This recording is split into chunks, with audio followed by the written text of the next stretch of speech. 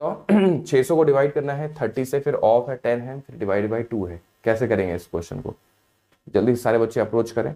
Tough है क्या? बिल्कुल टफ नहीं। देखो कैसे, मैंने यहाँ पर 600 लिखा, फिर मैंने यहाँ पर ऑफ देखा, ऑफ वाले हिस्से को मुझे पहले सॉल्व करना होता है, ये ध्यान रखिएगा हमेशा, ठीक है। तो यहाँ पर हम डिवाइड करेंगे किसके साथ? 300 गुणे 2 के साथ, है ना। तो यानी कि 1 आएगा आपका आंसर, ठीक है। ये आपका 1 आ गया आपका आंसर, ठीक है ना। ध्यान रहेगा सारे बच्चों को।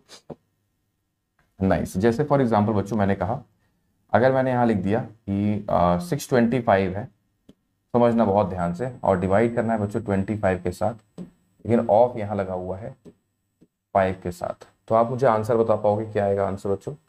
क्या आप मुझे आंसर बता पाओगे? तो हमेशा ध्यान रखना, कई बार जल्दबाजी में हम लोग क्या करते हैं, ऐसे डिवाइड कर देते हैं, फिर ऑफ तक जाते हैं। नहीं, पहले देखो ऑफ है तो पहले आपको इस हिस्से को सॉल्व करना होगा, है ना। पहले हमेशा ऑफ को हम लोग फेविकोल अप्रोच कहते हैं।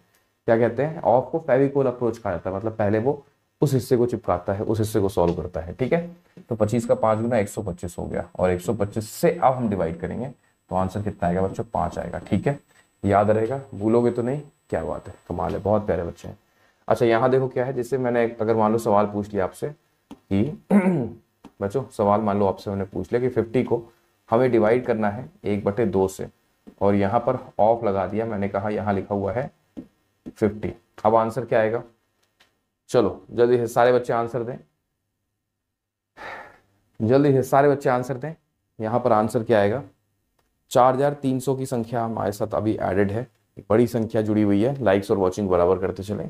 कैसे होगा बताओ? टफ है क्या? बिल्कुल टफ नहीं। पहले ऑफ वाले हिस्से को सॉल्व करो, सब कुछ भूल जाया करो, ऑफ को देखते ही सारा कुछ भूल जाया करो, सिर्फ हमारे दिमाग में क्या होगा? ऑफ होगा, ठीक है। तो आंसर कैसे निकालेंगे? 2 से इसको डिवाइड करेंगे पहले, देखो, है ना, 2 से डिवाइड कर दोगे, यानी कि अब हमारे सामने जो स्ट्रक्चर है वो कुछ ऐसा है, ये। तो आंसर क्या आएगा बच्चों? 2 आएगा, ठीक है। ऑफ को देखते ही सब कुछ भूल जाएगा, सिर्फ ऑफ के ऊपर अटैक कर दिया करो, पहले उस हिस्से को सॉल्व किया करो हमेशा, ठीक है। बहुत कंफ्यूजन होती है, जल्दबाजी में हमारी यहाँ गलतियां हो जाती हैं। अगला सवाल बच्चों आपके स्क्रीन पर ये रहा।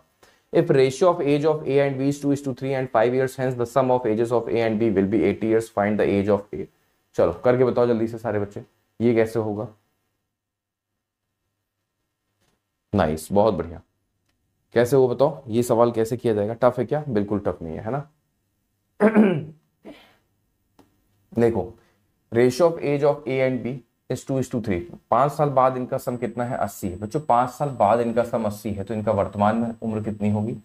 मतलब वर्तमान में इनका सम कितना होगा? 5 साल ये भी छोटा होगा, 5 साल ये भी छोटा होगा, यानी कि 70 वर्ष हो गए, है ना। आप समझ पा रहे हो, यानी कि वर्तमान में इनकी एजेस का सम 70 हो चुका होगा। अच्छा, रेशियो में इनकी एज का सम क्या होगा? हम कहेंगे सर 2+3 यानी कि 5 रेशियो। तो 5 रेशियो हमारा 70 के बराबर, क्योंकि ये तो प्रेजेंट एज का रेशियो है 5 रेशियो, और वर्तमान में अगर इनका सम निकालेंगे तो हमने कहा था 70, क्योंकि 5 साल बाद एज 80 है, तो वर्तमान में 70 हो गया। तो बच्चों 1 रेशियो का वैल्यू क्या हो गया? हम कहेंगे सर 14 साल। 1 रेशियो आपके पास 14 आ गया, एक की एज पूछी गई, यानी कि 2 रेशियो की एज पूछी गई है। 2 रेशियो आपका हो जाएगा 28 वर्ष, ठीक है। क्या सारे बच्चों का आंसर 28 आ रहा है? कमाल है, बहुत